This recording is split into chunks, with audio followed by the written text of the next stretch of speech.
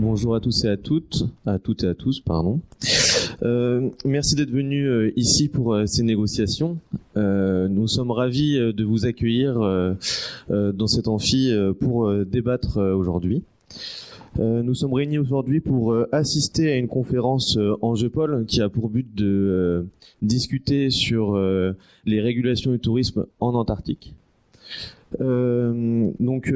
Aujourd'hui, nous allons commencer par une présentation des 8 parties ici présents et la présentation de leurs principaux objectifs pour ces négociations. Nous pouvons tout d'abord écouter l'Argentine. Muchas gracias, président. Merci à tous d'être là aujourd'hui. Donc, comme ça a été si bien évoqué par notre président, nous sommes là avant tout pour essayer de découvrir comment nous allons pouvoir concilier la préservation d'une biodiversité très particulière en Antarctique et le développement d'un tourisme qui est d'une part inéluctable et surtout très nécessaire, en tout cas pour nous, considérant la situation économique de notre pays. Voilà, et nous souhaitons remercier la France de nous accueillir aujourd'hui pour ce débat. Merci beaucoup. Nous allons maintenant pouvoir écouter la délégation française. Merci. Eh bien, tout d'abord, nous sommes très heureux de vous accueillir. Et nous sommes ici aujourd'hui pour parler de notre envie de limiter le tourisme en Antarctique. Et comme vous le savez, on a une culture scientifique très présente en France. Et nous voulons aussi les aider à continuer leurs recherches et à mieux les écouter. Merci beaucoup. Nous poursuivons avec la délégation des États-Unis. Thanks.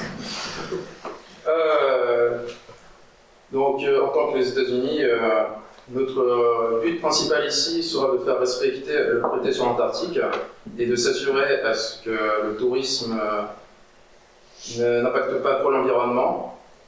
Cependant, nous sommes au courant de l'accès des pôles pour les touristes, avec plus de 100 000 touristes chaque année, dont un tiers est américain, et c'est pour ça que nous sommes prêts et nous attendons avec impatience les propositions de tous nos confrères présents ici aujourd'hui. Merci beaucoup. Nous pouvons maintenant écouter les représentants du NOEG. Bonjour à toutes et à tous. Nous sommes les représentants de l'organisation non gouvernementale ASOC, donc la Coalition pour l'Antarctique et l'Océan Austral, et qui regroupe par exemple divers ONG tels que Greenpeace ou encore la WWF. Nous souhaiterions à ce jour pouvoir trouver des solutions et des concessions de la part de certains partis afin de faire valoir les droits de l'environnement et des écosystèmes de l'Antarctique. Merci. Merci. Nous pouvons maintenant écouter les représentants scientifiques. Bonjour à tous. Moi et mon collègue, nous présentons aujourd'hui la communauté scientifique. Nous voudrions tout d'abord remercier la France de nous accueillir aujourd'hui. Nous sommes ici pour alerter les dangers écologiques que peut entraîner le tourisme dans la zone antarctique. Et donc nous voudrions diminuer très fortement le tourisme ainsi que valoriser la recherche scientifique. Merci. Merci. Nous pouvons désormais écouter Paul Arseil, les représentants des opérateurs. Bonjour à toutes et à tous. Merci encore à la délégation française de nous avoir invités pour permettre de pouvoir avoir un dialogue privilégié avec les États et les différents partis intervenants en Antarctique. Donc nous sommes le tour opérateur Paul Arseil. Nous souhaitons privilégier le slow-tourisme avec notamment une flotte d'une dizaine de bateaux tous à propulsion vélique, avec notamment la moitié pouvant accueillir une douzaine de passagers et effectuant des tours fixes, notamment en péninsule antarctique. Et l'autre moitié sont des plus gros paquebots, bateaux, d'une 150aine de passagers et accueillant également des scientifiques à bord, donc avec les labos évidemment qui leur seront réservés. Les tours sont organisés avec les scientifiques en fonction de leurs besoins. Nous sommes ici évidemment pour défendre notre activité, mais aussi pour défendre les touristes qu'il faut continuer à faire rêver. Merci beaucoup. Nous écoutons désormais les représentants des guides. Bonjour, donc nous sommes des guides polaires et Nous sommes très heureux d'avoir été invités ici aujourd'hui. Nous sommes là pour donner notre avis par rapport à des gens qui sont sur le terrain. Donc nous sommes là pour défendre une formation des guides. Nous voulons qu'il y ait un diplôme de guide qui soit reconnu par l'État français. Aussi, nous voulons qu'il y ait un tourisme qui soit moins de masse. Nous voulons réduire le tourisme, imposer des quotas, ce genre de choses. Et voilà, nous sommes très heureux d'avoir été invités à cette commission. Merci. Nous pouvons, pour finir, écouter l'association des touristes environnementaux. Alors bonjour, je représente l'association touristique protectrice de l'environnement. Je suis ici aujourd'hui pour défendre un tourisme responsable, car nous cherchons à promouvoir un tourisme respectueux de l'environnement, mais aussi de la communauté et de la culture qu'on peut retrouver dans ce beau continent. Merci. Merci à toutes et à tous pour ces présentations et ces objectifs. Nous allons pouvoir lancer la discussion. Je vais donner la parole à la France au sujet des émissions de carbone dans ces zones-là.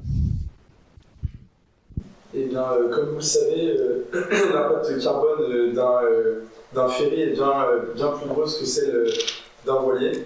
Et donc, nous, nos objectifs seraient plutôt d'orienter le tourisme vers des croisières sur des bateaux véliques et éventuellement d'instaurer des quotas non pas sur le nombre de touristes, mais sur le nombre de croisières par an.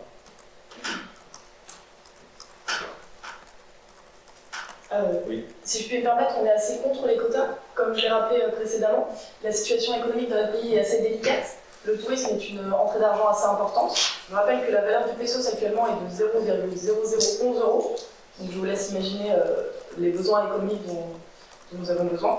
Donc au niveau de ces quotas, on est prêt à faire des concessions, mais on est plutôt contre de base. Merci. D'autres personnes qui souhaiteraient revenir sur les émissions? Oui, nous écoutons la délégation des États-Unis. Oui, non, effectivement. Moi, plus comme l'Argentine, peut-être pas réduire le nombre de touristes à l'année, mais peut-être plutôt réduire le nombre de zones disponibles pour ainsi réduire la propagation du tourisme et plus le recentraliser afin qu'il soit mieux contrôlé.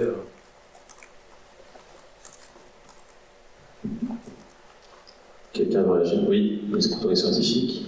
Moi et mon collègue, on aimerait quand même rappeler que les touristes ont un grand impact, une grande empreinte carbone quand ils vont en Antarctique, que ce soit quand ils sont sur les bateaux ou même rien que le fait de prendre l'avion pour aller à l'endroit de l'embarcation, ça peut être en Amérique du Sud par exemple.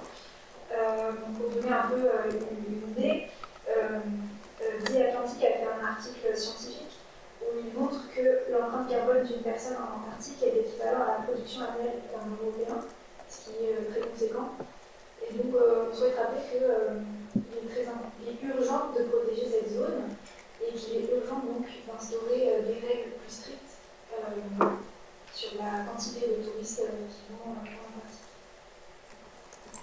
Merci beaucoup. D'autres personnes souhaitent réagir sur cette thématique? Oui, nous écoutons les guides. Bonjour. En tant que guide, nous sommes favorables donc à l'instauration de quotas, puisque nous avons remarqué, comme la plupart d'entre vous, que la masse touristique est en croissante augmentation donc ces dernières années et atteint même des nombres qui sont dérisoires. C'est pourquoi nous sommes donc favorables aux quotas sur la masse totale de touristes, mais nous souhaiterions également réduire le nombre de touristes donc par bateau. Et également le nombre de touristes à charge pour les différents guides.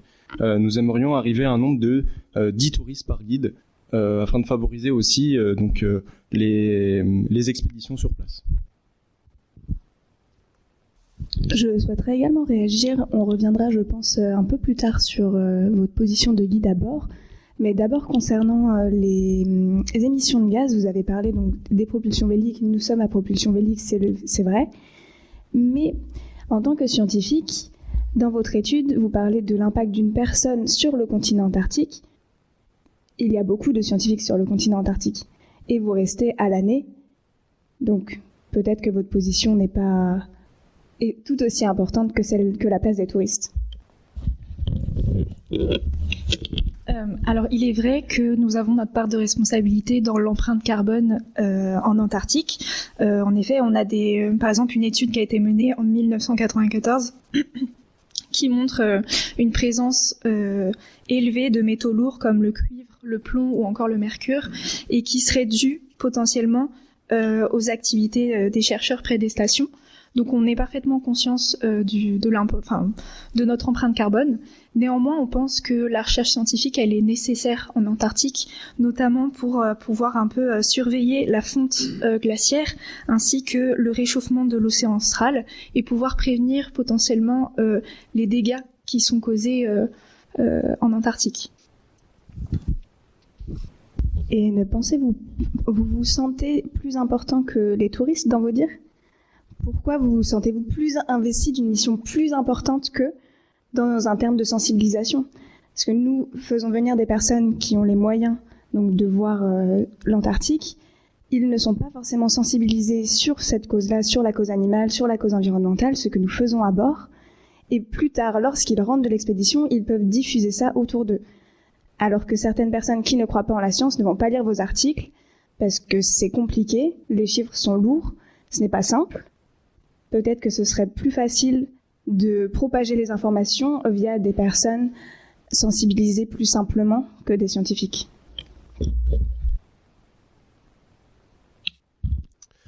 Alors je pense que sensibiliser à travers l'activité touristique n'est pas une option saine, parce que sensibiliser sur le climat à travers des activités polluantes à but lucratif dans cette situation-là, avec l'urgence climatique actuelle, n'est pas éthique.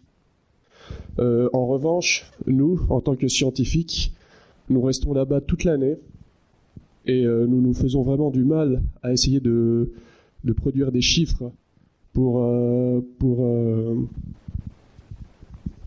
la science et pour trouver des solutions. Merci beaucoup. Merci. Je pense qu'on est d'accord que vous ne trouverez pas forcément de conciliation entre vous deux, vu que vous avez tous de grands arguments. Est-ce qu'il y en a qui souhaiteraient revenir sur les émissions ou vous voulez passer plutôt sur les terrains sacrifiés comme on l'a abordé avant ?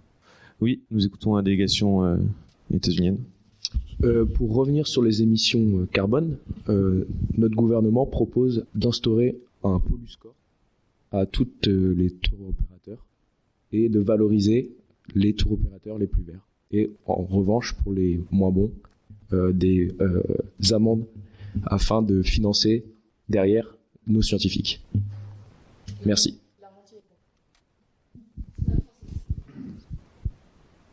Quelqu'un souhaite réagir sur... Oui.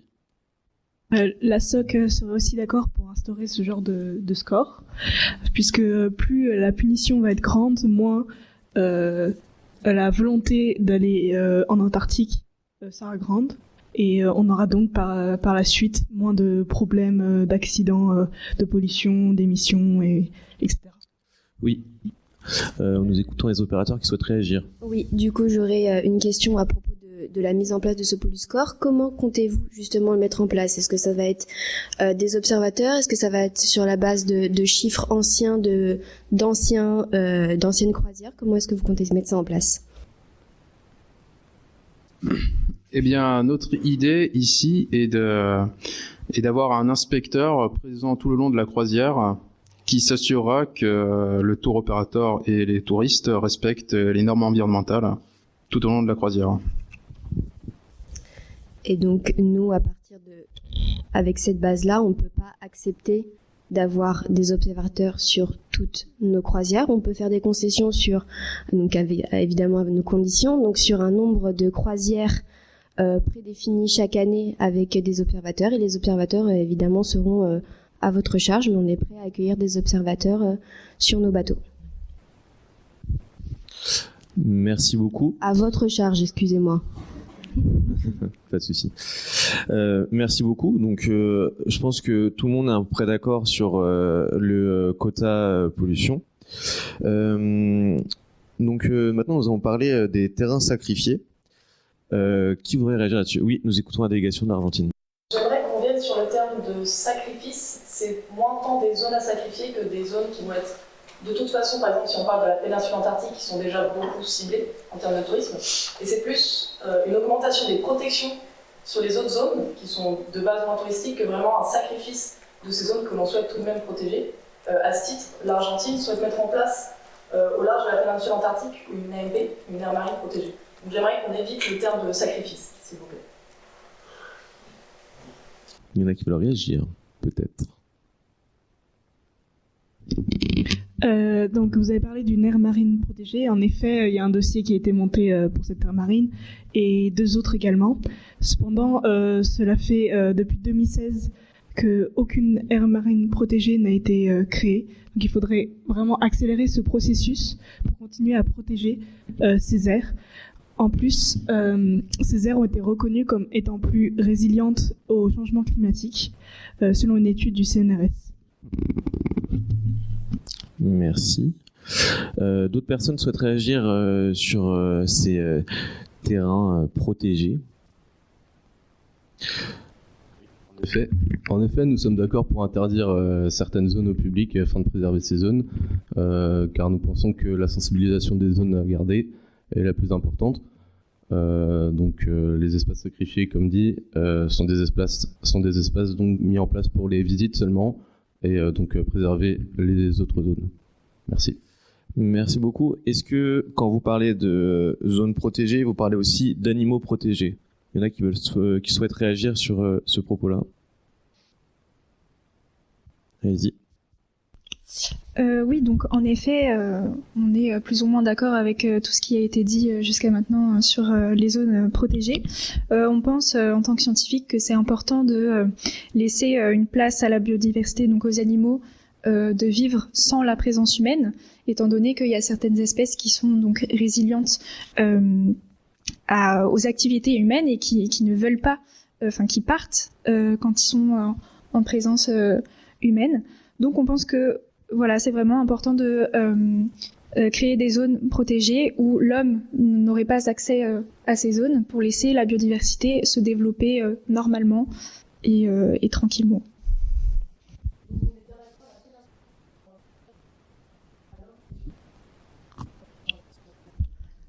Elle pourrait rester accessible aux touristes, mais il faudrait qu'il y ait des normes très strictes, parce qu'il faut quand même avoir une certaine protection et ne pas partir complètement en vrille. Autre remarque, concernant les zones protégées, elles seraient aussi interdites aux scientifiques? Je pense qu'il y a déjà des zones scientifiques où nous sommes très actifs, et je pense que oui, les zones protégées seraient vraiment inaccessibles à personne, pour laisser la biodiversité tranquille. Très bien. Pardon, je voulais juste... Vous voulez finir? Écoutez, vas-y. Il y a déjà des aires protégées en Antarctique, notamment du côté australien, où les scientifiques n'y mettent pas les pieds. Et ils ont montré exemple. Et sur de nombreuses régions en Antarctique, il serait pertinent d'appliquer cela. Merci. L'Argentine souhaitait réagir. Je tiens à rajouter que nous sommes pour la présence scientifique en Antarctique, car depuis le début du XXe siècle, nous avons plusieurs bases en Antarctique. Et les études ont prouvé qu'il y a beaucoup de recherches et de découvertes qui se font là-bas. Donc pour nous, c'est très important. Oui, nous écoutons l'ONG. Je pense qu'il est important de garder des aires où il n'y a que la science et pas de tourisme, pour pouvoir avoir une référence et voir l'impact véritable du tourisme sur ces aires si sensibles. Qui veut réagir?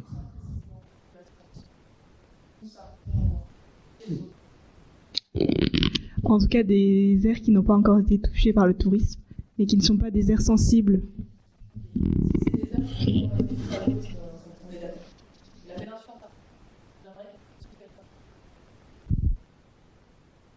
Alors je trouve que votre discours sur la péninsule antarctique est assez plutôt cocasse, étant donné que vous avez rappelé que vous n'aimez pas le terme zone à sacrifier, et vous avez l'air quand même de promouvoir plus que nécessaire votre tourisme dans cette péninsule. Or j'aimerais cependant vous rappeler tout de même que dans le protocole au traité sur l'Antarctique que vous avez signé, que tout gouvernement signataire doit respecter certaines mesures, notamment alinéa 1F de l'article 9, les mesures relatives à la protection et à la conservation de la faune et de la flore dans l'Antarctique. Or, votre activité touristique ne pourrait pas permettre le respect de ces mesures. Tout à fait. Je me permets de vous interrompre.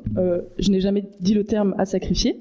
C'est avant tout une conciliation que l'on cherche des intérêts. Non, évidemment, mais vous rappelez quand même. Je me permets de finir, s'il vous plaît. Non. Une conciliation des intérêts économiques et de la préservation de l'environnement, avec bien sûr la protection de la faune et tout ce qui s'ensuit, les paysages, machin. Voilà. Merci. Je vous remercie. C'est un visage caché quand même pour vous remplir les poches.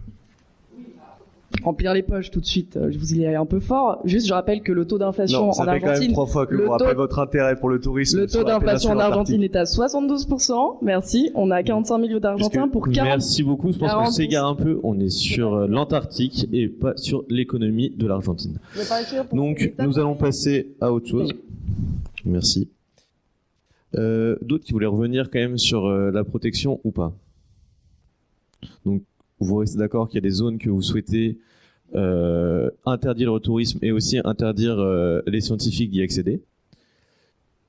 On est tout d'accord avec ça. Et du coup, oui, vous voulez réagir ? Une dernière chose à ajouter concernant l'apport de scientifiques. Nous, sur 5 de nos bateaux, sur notre flotte de 10 bateaux, nous accueillons des scientifiques. Comment peut-on concilier ça ? Quel est votre point de vue vis-à-vis de ça ? Parce que notre parcours va être défini par les scientifiques qui vont ensuite se mettre d'accord avec les guides. Et de ce point-là, nous allons partir en expédition, évidemment en respectant les règles qui nous sont imposées au niveau du continent, mais tout en accueillant les touristes. Alors la communauté scientifique n'est pas forcément très enchantée à aborder à bord de bateaux touristiques. On a peur d'être dérangé, de ne pas pouvoir faire nos manipulations tranquillement ou peu importe. Nous aimerions avoir nos propres bateaux scientifiques pour mener à bien nos expériences au sein de l'Antarctique et potentiellement accueillir quelques touristes, une dizaine, pas plus, qui pourraient, et un guide potentiellement, où on pourrait les sensibiliser de manière un peu plus peut-être éthique, un peu plus scientifique sur voilà, les changements climatiques et voilà. Merci beaucoup. Les guides souhaitaient réagir. Alors, en tant que guide, nous serions ravis qu'il y ait des scientifiques sur les bateaux, notamment pour tout ce qui est sensibilisation. Pour tout ce qui est sensibilisation des touristes à la cause environnementale et animale. Nous souhaiterions que les scientifiques fassent des conférences sur les bateaux touristiques. Donc, voilà. Alors j'aimerais juste réagir 2 petites secondes. Le but de faire des recherches scientifiques, ce n'est pas forcément de faire des conférences, ça nous rajoute un travail en plus qui, à la base, nous ne sommes pas là pour ça. Donc c'est un peu... on n'est pas forcément d'accord là-dessus. Et dans votre deuxième proposition sur le fait d'avoir des bateaux principalement scientifiques avec les touristes, vous ne feriez pas de conférences ? Alors le terme de conférence, ça commence à m'énerver, parce que nous ne sommes pas là pour faire des conférences, nous sommes là pour faire de la science, et on ne peut pas faire ça. Et c'est très problématique. Nous voulons avoir nos bateaux pour aller en Antarctique, et on n'est pas des attraits touristiques, nous aussi. Hein. Merci. Mais vos bateaux peuvent être financés par l'attrait touristique. Nos bateaux doivent être financés par les États. Les touristes n'ont rien à faire dans la science. Allez-y. Vas-y.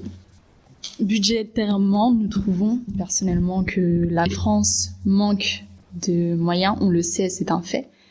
On ne peut pas accéder à toutes vos requêtes. Nous pensons que le tourisme peut vous aider sur certains points et qu'il existe des navires qui seraient d'accord avec nous pour nous aider justement à continuer cette tradition scientifique en Antarctique. Donc les scientifiques, faites un petit effort, s'il vous plaît. Est-ce que quand vous allez à des conférences, vous prenez des blablacars? Nous venons à vélo.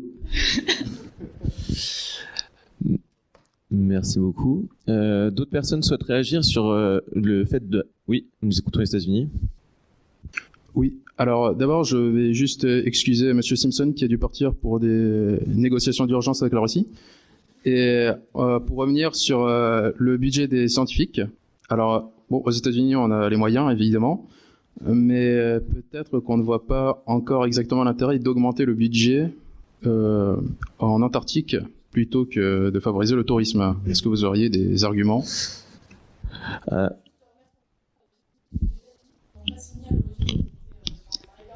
Alors non, on l'a signé à l'origine. D'ailleurs, c'est à Washington, s'il vous plaît.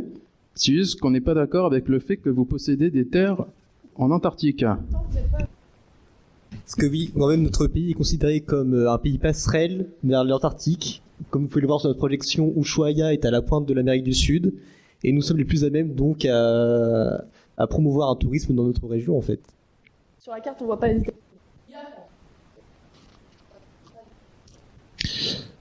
Merci. Certains souhaitent réagir? Alors, merci pour cette intervention très intéressante de la part de l'Argentine, comme toujours.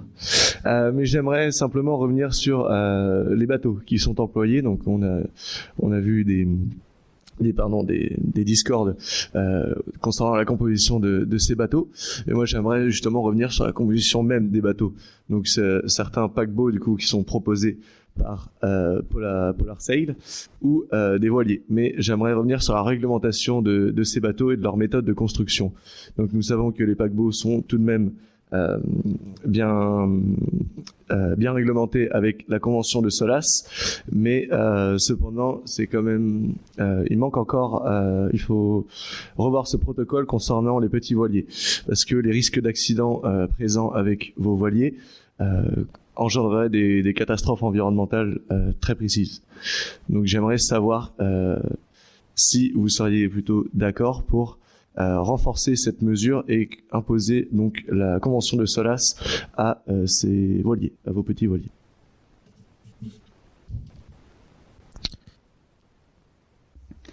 Concernant nos petits voiliers, comme vous dites, et l'impact environnemental qu'ils peuvent avoir, ce sont des voiliers qui fonctionnent majoritairement à la voile, comme leur nom l'indique. Donc l'impact environnemental est plus faible.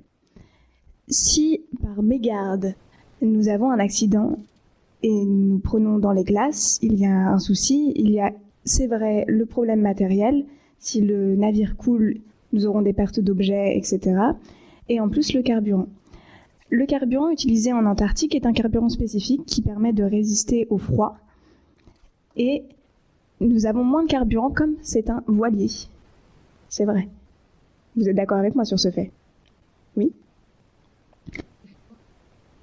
Nous ne sommes pas contre le fait d'accepter, donc nous ne sommes pas contre le fait d'adhérer, nous allons dire ça comme ça, à la convention SOLAS, de l'appliquer sur nos petits voiliers. Mais il faudra voir, je pense, en interne, ensemble, les conditions. Merci beaucoup. D'autres personnes souhaitent réagir une dernière fois? Très bien. Est-ce que un parti souhaite réagir sur la sécurité en cercle polaire, comme on vient d'en parler? Oui, nous vous écoutons.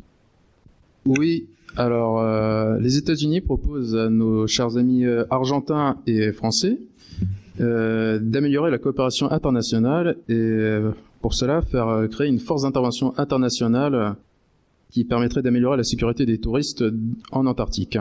Je suis totalement d'accord. Oui, nous écoutons l'Argentine.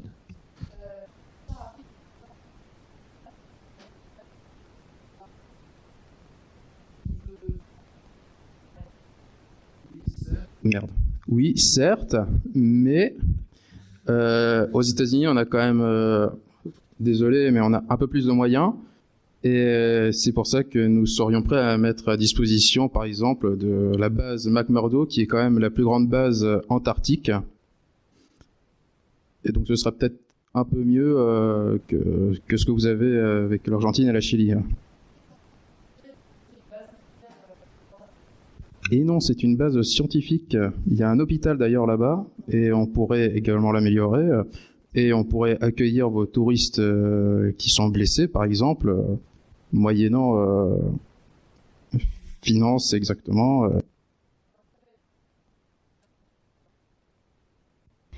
Et concernant la sécurité, nous avons une flotte de 10 bateaux. Si vous réduisez notre nombre de bateaux, il y aura moins de sécurité. C'est vrai. S'il y a un problème, certes, la densification des navires au niveau des pôles se fait de plus en plus, mais comme il y a de plus en plus de bateaux, le temps de secours est plus faible. Alors oui, je tiens à rappeler que je n'étais pas d'accord avec les quotas sur le nombre de bateaux. Cela était plutôt envoyé à l'Argentine. De conserver notre flotte de bateaux concernant la propulsion bélique. Il faudra sans quotas. Les quotas devront être spécifiés pour certains navires. Les quotas, et notamment via la sécurité, vu que les deux sont quand même liés.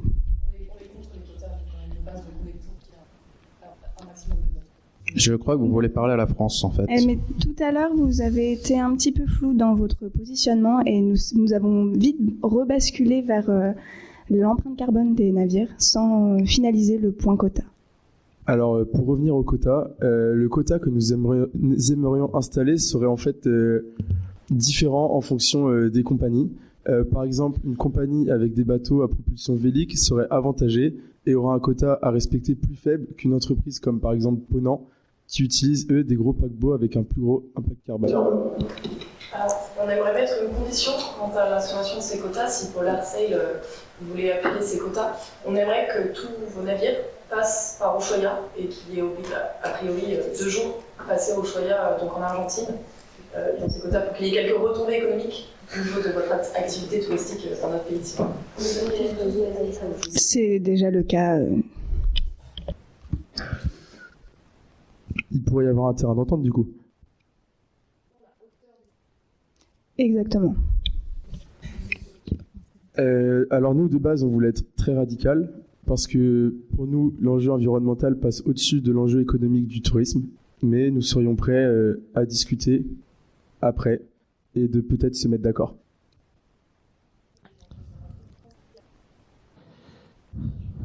Merci beaucoup. Il y en a d'autres qui souhaitent réagir sur les quotas, le nombre de touristes qui y vont. Oui. Alors nous prenons pour que les touristes pouvant aller en Antarctique soient tout de même moins des personnes type qui ont le temps et qui sont fortunées.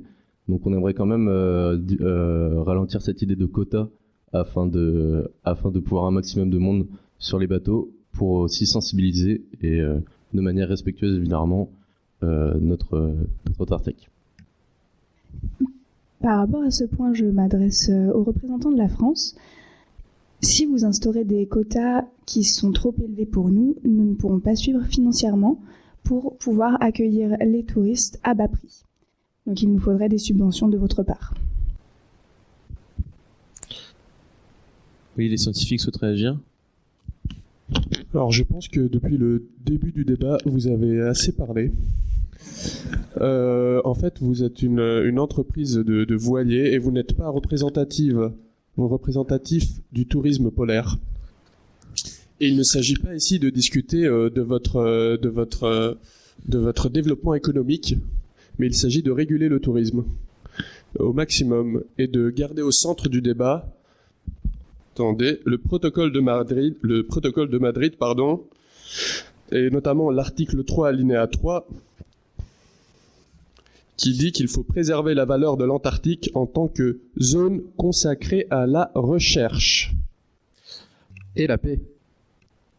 Merci Exactement. beaucoup. L'Argentine. Oui.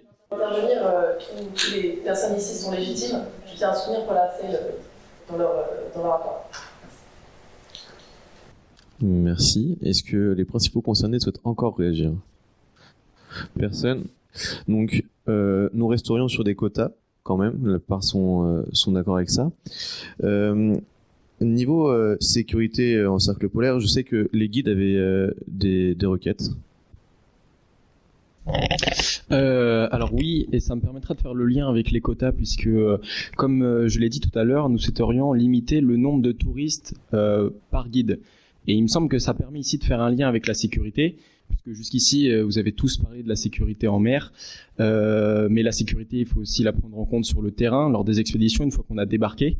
Et effectivement, réduire le nombre de touristes à la charge de chaque guide. Donc on avait imaginé, nous, une dizaine de touristes par guide environ, mais ça, on pourra en rediscuter. Il nous semble que ça permettrait effectivement d'assurer des meilleures conditions et d'assurer la sécurité des touristes également lors des expéditions à terre et non pas seulement en mer, je tiens à le rappeler. Cela ne sera pas possible. Nous ne pouvons pas réduire le nombre de touristes accueillis par un guide à terre à 10 personnes. Actuellement, nous sommes à 20 passagers par guide. Si nous augmentons le nombre de guides, il y a moins de place à l'intérieur des bateaux. Donc il va falloir trouver une entente financière, soit une réduction de salaire, soit des subventions de l'État dont vous faites partie. Peut-être que vous pourrez proposer à vos actionnaires de réduire leurs dividendes dans ces cas-là. Merci beaucoup. Est-ce qu'il y en a d'autres qui souhaitent réagir sur la sécurité en cercle polaire ? Personne, très bien. J'avais aussi un thème sur la formation des guides. Donc peut-être que les principaux concernés veulent réagir. Nous aimerions que les guides soient formés et une formation d'au moins 1 an avec un diplôme à la clé qui soit reconnu par l'État et que les opérateurs soient d'accord pour n'embaucher que des guides diplômés parce que c'est une question de sécurité et aussi un enjeu environnemental d'avoir des guides qui sachent exactement quoi faire et comment encadrer les touristes. Et donc vous proposez qu'on mette à la porte tous les guides actuels que nous embauchons et qui n'auront donc pas ce diplôme. Ou alors que vous financiez leur formation. Merci. D'autres souhaitent réagir sur la formation des guides ? Est-ce que l'on pourrait connaître également dans votre formation, l'issue avec l'obtention d'un diplôme, la place que vous apportez à la sensibilisation à l'environnement pour la formation de vos guides ? Alors, il y aurait 1/3 de la formation qui serait sur la sensibilisation à l'environnement, 1/3 qui serait sur la sécurité et 1/3 qui serait sur l'encadrement des touristes. Mais pourtant, excuse-moi, mais un guide est censé être quand même pluridisciplinaire et doit quand même comporter tous ces éléments-là pour assurer son métier. Il me semble que j'ai pas bien. La formation comprend 1/3 donc la formation comprend, comme l'a dit ma collègue, 1/3 d'aspects techniques, notamment liés à l'utilisation du matériel et aux normes de sécurité, 1/3 de connaissances de terrain, de connaissances écologiques et géographiques, enfin de connaissances scientifiques pour assurer donc l'encadrement, mais également pour assurer la médiation auprès des touristes, et 1/3 de réglementation en termes de droit, de ce qu'il est possible ou non de faire en Antarctique. Merci. Oui. Si les guides respectent, comme ils le disent, ce contrat-là, nous sommes prêts à subventionner à hauteur de 50% les formations dites, et notamment celles des anciens guides que vous avez déjà embauchés à bord de vos tours opérateurs. Merci.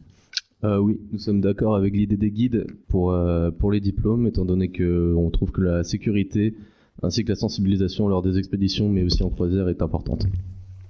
Merci. La communauté scientifique aimerait bien revenir sur ce qu'a dit la France par rapport au budget qu'ils accordent aux guides. Donc si je comprends bien, vous êtes prêts à financer les guides, mais pas les scientifiques. Donc en fait, dans le traité de l'Antarctique, la recherche est censée être mise à l'honneur par rapport au tourisme, mais vous mettez en valeur les guides par rapport à nous, si je comprends bien. si je puis me permettre, alinéa 1B de l'article 9 du protocole au traité sur l'Antarctique, tout gouvernement signataire doit respecter certaines mesures et également faciliter la recherche scientifique dans l'Antarctique. Merci. Tout à l'heure, nous avons dit ça, mais nous continuerons, comme nous le faisons déjà, de financer la recherche scientifique. Et en fait, on considère que c'est tout aussi important de financer un diplôme de guide officiel avec votre mission principale serait du coup de sensibiliser en plus de guider. Et on trouve que c'est tout aussi important que les recherches scientifiques. Ça se complète. Une minute. Il est vrai qu'il est important donc que les guides aient une vraie formation pour sensibiliser, mais si je comprends bien, vous leur accorderez donc de l'argent en plus, alors que nous, ça ne changerait rien en fait. On n'aurait pas plus de subventions, alors que la recherche en a besoin. Alors, si je puis me permettre, vous nous coûtez déjà assez cher, compte tenu de toutes vos bases que nous devons garder en état de fonctionner en hiver, alors qu'en hiver, vous ne faites pas tant de recherche que cela. L'Argentine souhaitait réagir. Oui, alors pour ce qui est des guides, malheureusement nous n'avons pas les moyens de vous aider dans ces subventions, mais nous saluons l'effort de la France et nous encourageons les États-Unis à faire de même. Et nous tenons à rappeler qu'en revanche, nous continuerons évidemment à soutenir la recherche scientifique, étant donné que nous avons cette base scientifique en Antarctique. Merci Argentine. Effectivement, les États-Unis sont également d'accord pour aider les guides à avoir un diplôme utile. Et effectivement, désolé, Polar Sail, mais je pense que vos anciens guides auraient bien besoin d'une formation pour être sûr qu'ils respectent les normes environnementales. Donc ça veut dire que l'expérience ne compte pas. On a quand même des guides qui ont bien roulé leur bosse, on va dire, et donc vous n'allez pas du tout prendre en compte cette expérience, ni certains guides qui ont de base une formation scientifique et qui ont bifurqué sur ce type d'emploi, nous allons dire. Je pense que certains de ces guides, avec beaucoup d'expérience, comme vous le dites, pourraient devenir formateurs de la formation de guide, parce que ils sortent d'où les gens qui vont vous former pour être guide. Et je pense pas que ça leur fera du mal aussi d'avoir un vrai diplôme. Mais là, vous êtes en train de parler. À la base, vous avez dit que nos guides n'étaient pas compétents. Vous avez hoché la tête pour qu'ils deviennent formateurs. Ça n'a pas de sens. Vos propos sont incohérents. Les guides souhaitent réagir, s'il vous plaît. Donc oui, la formation scientifique des guides n'exclut pas une formation au niveau de la sécurité. Il faut bien comprendre que les scientifiques qui deviennent guides n'ont pas toutes les clés en main pour assurer la sécurité des touristes. Il nous faut vraiment un tout pour faire un bon guide. Et nous avons vu des choses affligeantes de la part de guides de grandes entreprises touristiques. Donc nous voulons vraiment réguler ça, c'est très important. Mais qui vous formera ? Des spécialistes des spécialistes en sécurité, des guides déjà existants qui sont spécialistes sur la sécurité, des guides aventuriers par exemple, des scientifiques pour toute la partie sensibilisation et par exemple des professeurs en droit pour toute la partie législative. Merci beaucoup. Est-ce que un parti souhaite encore s'exprimer sur ce sujet ? Très bien, merci beaucoup. Est-ce que un parti a une volonté particulière qu'il souhaite encore exposer ? Voilà, France, nous tenons à rappeler tout de même notre revendication du territoire de la péninsule antarctique. À ce titre, on rappelle les arguments qu'on a dit précédemment, c'est-à-dire notre proximité géographique et notre ancienneté quant au traité sur l'Antarctique que nous avons signé. Donc voilà, on tenait juste à le rappeler pour info. Culotté. Merci. La France, oui. Nous aimerions instaurer une règle qui vise à arrêter le développement de nouvelles infrastructures qui ne seraient pas à but scientifique, comme c'est le cas par exemple dans l'aberration qu'est la base scientifique, enfin le village Esperanza argentin. Donc nous aimerions que vous arrêtiez un peu de construire à tout bout de champ, un peu partout sur un continent qui appartient quand même à tout le monde, et pas qu'à vous. Certes, des mots forts mais qui sont un peu faux, si je peux me permettre, c'est une base scientifique avant tout, et nous continuerons à soutenir la recherche. Une base scientifique qui accueille 1 millier de touristes par an, à minima. Il s'agit de trouver Une base scientifique qui permet des naissances sur ce continent. Une base scientifique qui permet des mariages sur ce continent. Vous êtes contre la santé et l'amour en général? C'est une base scientifique qui accueille des touristes, car je le rappelle, 40% de la population argentine qui est sous le seuil de pauvreté. Donc encore une fois, si nous voulons continuer à subventionner ces bases scientifiques, nous avons besoin malheureusement de financement. Donc nous sommes obligés en fait d'accueillir ces touristes. Après, si vous avez des propositions financières pour nous aider, nous sommes Dans ce village, on parle quand même d'une dizaine de familles, une école aussi. Qu'apprennent-ils? Ils apprennent l'éducation. Donc, comme tout Argentin. Donc, il y a des professeurs, on parle d'une... C'est pour le bien-être de nos personnes compétentes en sciences. Nous leur permettons d'avoir leur famille avec eux. Et vous... Ce serait cruel de faire autrement. Je suis bien d'accord, mais si on fait tout ça, au final, on diminue pas l'impact, on l'augmente. Il faut peut-être mettre en place des choses au niveau protection, mais nous ne pouvons pas enlever ces personnes. Merci. Les scientifiques souhaitent réagir, s'il vous plaît.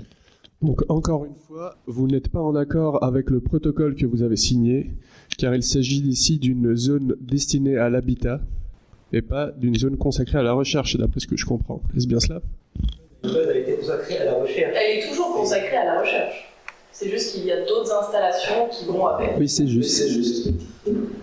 C'est que du coup, c'est plus que de la science. J'aimerais qu'on revienne sur les quotas, s'il vous plaît. Non, alors, j'aimerais juste rappeler... À quel point les quotas, je pense que ce sujet-là est plus important que de savoir si Michel a bien sa femme avec lui. Oui. Moi, j'aimerais juste rappeler à l'Argentine que l'Antarctique est avant tout un lieu pour la coopération scientifique entre les États et qu'on ne devrait pas s'arrêter sur des questions comme à qui appartient quoi. Mais nous sommes tout à fait pour la coopération et nous coopérons. Et pour ne pas blâmer l'Argentine, elle se sert des touristes pour pouvoir pérenniser son activité scientifique. Là, on parle d'un centre hospitalier ou autre, donc de bâtiments qui sont sur le continent. Les bâtiments scientifiques le sont également. Ils incinèrent leurs déchets, on a toute une pollution derrière. C'est la même chose, selon moi. Si je puis me permettre, ça fait 30 minutes que je vous écoute avoir ces débats, qui pour moi me rappellent un peu le colonialisme de la France et des États-Unis vis-à-vis d'un territoire qui est quand même vachement loin de chez nous. Je pense qu'on s'éloigne un peu du sujet. Je ne vous permets pas, madame. Les États-Unis sont dans une ancienne colonie. Je pense que on peut revenir sur le débat principal. Oui, vous voulez... Étant donné qu'il y a une augmentation annuelle entre 1992 et 2019 de 27% annuellement des touristes, je voudrais savoir quels sont vos projets dans 10 ans ou dans 20 ans des infrastructures d'Esperanza. Si les infrastructures vont augmenter, le nombre va augmenter. Et si vous allez peut-être construire un port, je sais pas, peut-être un mall, des hôtels. Pas d'hôtels, nous sommes tout à fait contre les hôtels, mais nous souhaitons juste maintenir la population actuelle et continuer à encourager nos scientifiques à se sentir à l'aise et chez eux dans ces zones. Donc Argentine, nous sommes d'accord, plus de nouvelles infrastructures telles que des écoles. Plus de nouvelles infrastructures non destinées à la recherche scientifique. Si elles sont destinées à la recherche scientifique et à l'accompagnement des scientifiques, elles sont totalement justifiées. Ah si on augmente le nombre de scientifiques, il faut tout de même qu'ils puissent accueillir leur famille. Les scientifiques souhaitent réagir, s'il vous plaît. J'aimerais juste revenir justement sur ça. Je ne vois pas en quoi la famille des scientifiques a une place en Antarctique. Nous ne sommes pas chez nous. Nous venons faire nos recherches pour essayer de protéger cet endroit, mais nos familles n'ont pas leur place là-bas. Nous, en France, les scientifiques partent pour 1 an et demi parfois. Sans leur famille, ça se passe très bien. On choisit nos scientifiques pour faire attention qu'ils soient psychologiquement assez résistants dans ce climat hostile. Et je ne comprends pas cette... Avez-vous conscience de l'isolement? Oui, j'en ai parfaitement conscience. D'où... Eh bien, peut-être que le peuple argentin n'a pas sa place en tant que scientifique, je ne sais pas. Peut-être qu'ils sont trop sensibles. Ah non, pas enlever, ça coûte trop cher.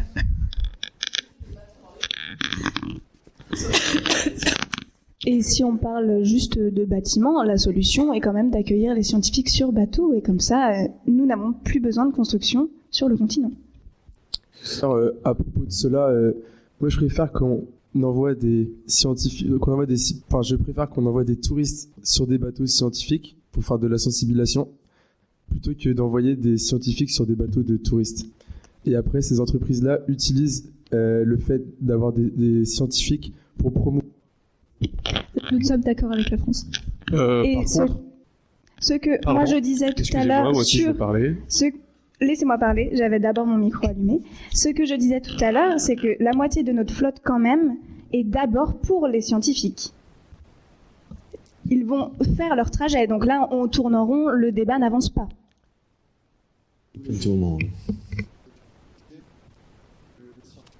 Pas envoyés sur les bateaux de touristes, ils sont obligés d'y aller pour réaliser leurs recherches que vous ne subventionnez pas.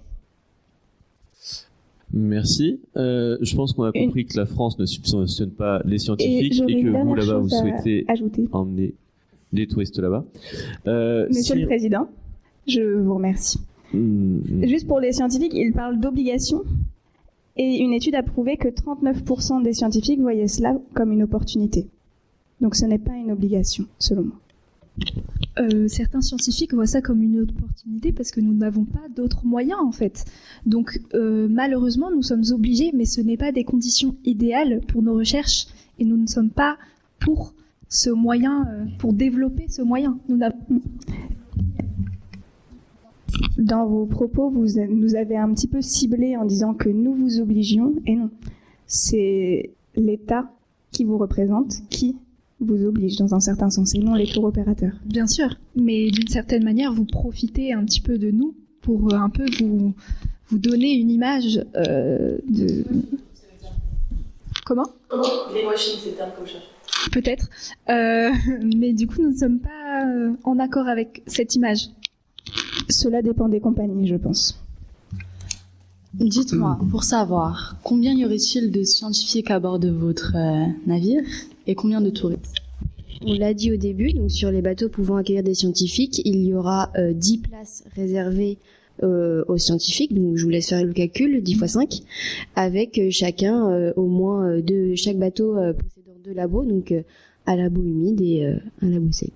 Voilà, ils auront leur matériel, avec possibilité aussi d'installer sur le bateau le matériel dont ils pourraient avoir besoin pour, je ne sais pas, des relevés atmosphériques, des relevés sonores, voilà.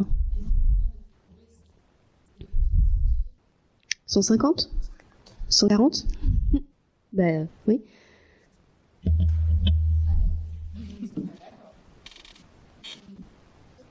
Et de là, on revient toujours sur le problème de subvention. Et pourquoi ne pas inverser la tendance, mettre plus de scientifiques à bord que de touristes? Vous faites payer les scientifiques pour venir sur nos bateaux? Excusez-moi, je pense qu'on s'écarte du débat principal. Et je voudrais rebondir sur le fait que, à mon avis, d'après une concertation fructive, il faudrait qu'il y ait un quota sur le nombre d'habitants à Esperanza. Est-ce que vous êtes d'accord? Et ce chiffre-là ne devrait pas devrait être fixe à travers les décennies. Vous êtes en train de proposer de réduire le nombre de scientifiques sur Esperanza, c'est bien ça que vous êtes en train de dire? Non, mais potentiellement enlever leur famille, qu'ils ne servent à rien, rappelons-le. Encore une fois, le peuple argentin est un peuple sensible. Eh bien, peut-être arrêtez que de vouloir leur enlever leur famille. Peut-être que vous devriez choisir des scientifiques un peu moins sensibles. Ils sont là pour la science, pas pour créer des familles. Et de ce fait, prendre exemple sur la France. Nous sommes des êtres humains, désolé, je ne comprends pas. Si vous réduisez le nombre d'habitants en général, il faudra réduire le nombre d'habitants. Mais donc, comment faites-vous quand il y a des naissances et ça fait de plus en plus de monde? Enfin, comment ça veut dire qu'il va y avoir de plus en plus d'infrastructures pour les loger? Nous ne sommes pas d'accord avec ça. Nous pensons qu'il ne devrait pas y avoir plus d'infrastructures en Antarctique, alors qu'il y en a déjà. Lutter pour réduire quelque peu, peut-être, le nombre de structures. Ça peut se discuter. On en parlera. Pour revenir sur les quotas de touristes qui viennent, par contre, moi j'aimerais bien savoir quels quotas vous voulez mettre en place, la France. À quelle hauteur? Comme on l'a dit tout à l'heure, ça dépendrait des compagnies, de leurs impacts. Mais je pense que déjà, si on réussit à diminuer le nombre de traversées, je sais pas moi, de 20% pour commencer, ce serait déjà pas mal. 10%? 20. 10? Pourquoi 10? On a besoin de ces retombées économiques. On est vraiment dans la galère. Mais si on relocalise toutes ces traversées et toutes ces croisières à Ushuaia, Vous pourriez augmenter des taxes. L'entièreté de ces croisières? si possible. Ok, alors on peut discuter pour... En tout cas pour les compagnies françaises. On pourrait discuter pour 18% alors, peut-être. Ça doit être 18%. J'ai envie de dire Babos. Alors, malheureusement, l'Australie, Nouvelle-Zélande n'est pas là, mais peut-être faudrait-il leur parler avant de prendre ces décisions-là. L'Australie, pour moi, c'est vraiment juste pour les scientifiques qu'on passe là-bas, parce que nos bases sont situées à côté. Mais d'un point de vue touristique, sachant qu'on veut pas s'éparpiller un peu partout, ce serait bien de rester dans la zone à côté d'Ushuaia et de partir d'Ushuaia. Et faire transiter uniquement par Ushuaia permettrait de réduire les nombres de touristes du coup sur les autres zones un peu moins fréquentées et donc de réduire leur impact carbone, tout ce qui s'ensuit. On est d'accord. Je pense que ce serait aussi à l'avantage des États-Unis de passer par Ushuaia, effectivement. Comme ça, sur le même continent. Merci beaucoup. Donc on en revient sur les zones protégées. Vous y êtes potentiellement mis à peu près tous d'accord sur le fait qu'il fallait garder des zones protégées. Donc il y en a certains qui voulaient revenir sur le quota. Est-ce qu'il y en a d'autres qui ont envie de reparler de ces quotas? Tout le monde est d'accord pour avoir un certain taux de touristes qui y vont? Très bien. Est-ce que un parti souhaite venir sur un autre sujet? Vas-y.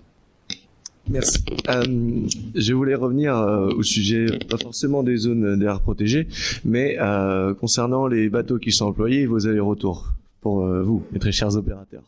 J'aurais une simple question au sujet de l'environnement. Quelles seraient vos propositions que vous pouvez nous faire concernant une limitation de l'encrassement biologique, étant donné votre activité qui représente un certain vecteur de transfert d'espèces envahissantes par vos navires que vous déployez?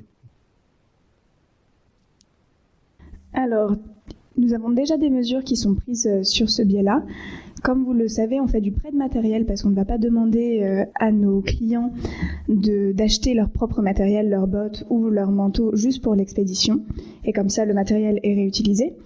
Et il y a un nettoyage, donc des affaires qui sont amenées par les touristes avant d'arriver sur le bateau. C'est un transport marin, donc c'est seulement sur le bateau.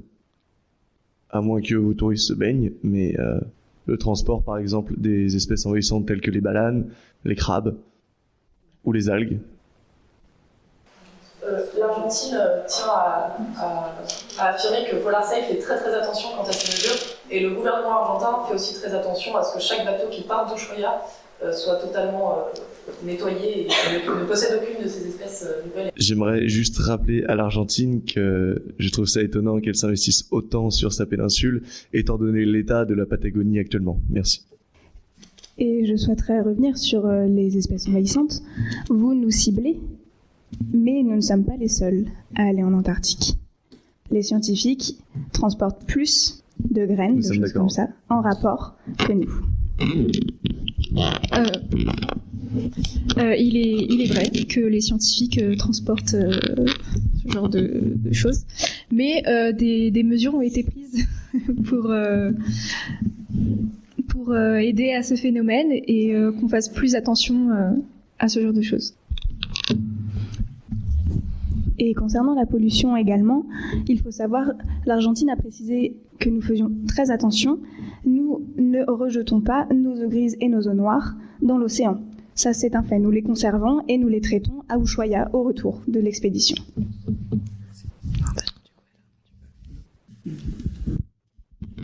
Très bien. Et je voulais revenir également sur un autre fait qui n'a pas encore été exposé vous concernant. Quelle serait l'évaluation de votre impact, de votre activité sur l'environnement? Est-ce que c'est, Vous pouvez préciser vos termes? Est-ce que ce serait donc un impact moindre que mineur ou transitoire, un impact mineur ou transitoire, ou un impact plus que mineur ou transitoire? Je pense que c'est le cas pour toutes les compagnies qui doivent déposer des dossiers actuellement à chaque fois, de toute façon qu'il y a un débarquement. Donc, plus que mineur ou transitoire, non. Vous pouvez répéter les termes, s'il vous plaît? Moins que mineur ou transitoire ou plus que mineur et transitoire? Mineur et transitoire. Mineur et transitoire. Donc, oui. D'accord. Merci beaucoup. Est-ce que, donc, après ce débat, il y en a d'autres qui souhaitent réagir sur des choses qui leur tiennent à cœur encore? Ou est-ce qu'on conclut le débat? Oui, les guides?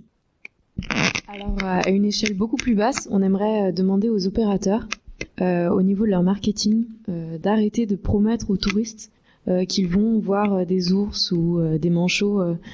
Il n'y a pas d'ours en Antarctique, mais des manchots ou d'autres espèces animales qui ne figureront peut-être pas sur les choses que les touristes vont voir, et donc ne pas mettre une pression aux guides et aux capitaines du bateau pour voir ce genre d'espèces, parce que ça met une pression qui ne devrait pas être présente lors du tourisme en Antarctique. Et instaurer une distance de sécurité peut-être plus élevée aussi concernant ces espèces, notamment les manchots. Je pense que les ONG et les scientifiques me rejoindront là-dessus pour les touristes. Nous sommes d'accord. Et pas que pour les touristes aussi, pour les hivernants également, car les scientifiques qui sont liés à tout l'aspect biologique, eux sont sensibilisés à cet aspect-là et connaissent les règles, mais les hivernants, pas forcément. Il peut y avoir des dérives sur ces choses-là. Donc, pour revenir sur votre marketing, est-ce que vous êtes d'accord pour... C'est déjà le cas, il y a déjà la précision que nous ne ferons pas forcément le tour qui est prévu, car nous sommes à propulsion védique, donc dépendant de la météo, et il est vrai que les animaux ne sortent pas toujours, on ne les contrôle pas en un claquement de doigts. Donc ça, c'est déjà précisé normalement.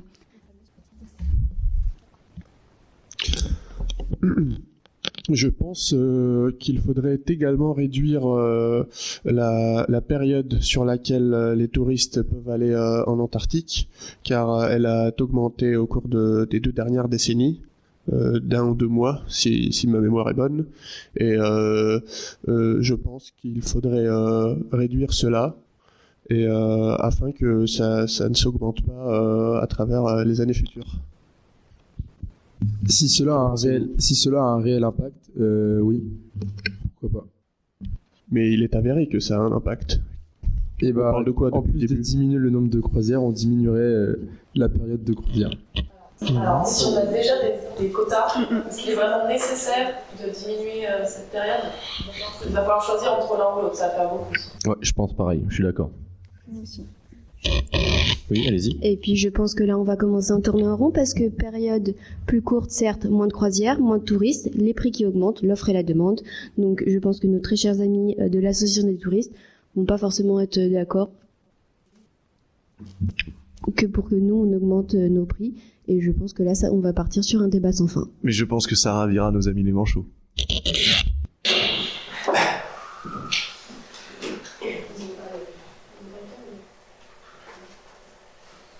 Merci beaucoup. Quelqu'un d'autre souhaite réagir sur les quotas, vu qu'on y revient assez régulièrement, ou sur le débat sur les quotas est terminé? quelqu'un d'autre veut rajouter un sujet qui leur tient toujours à cœur et qu'on ne l'a pas encore abordé? Non plus. Je pense qu'on va pouvoir clore ce débat. Je vous remercie à tous d'être venus ici aujourd'hui pour ces négociations. Je pense que nous avons trouvé certains points que nous pouvons encore développer. Merci à tous d'être venus et bonne fin de journée.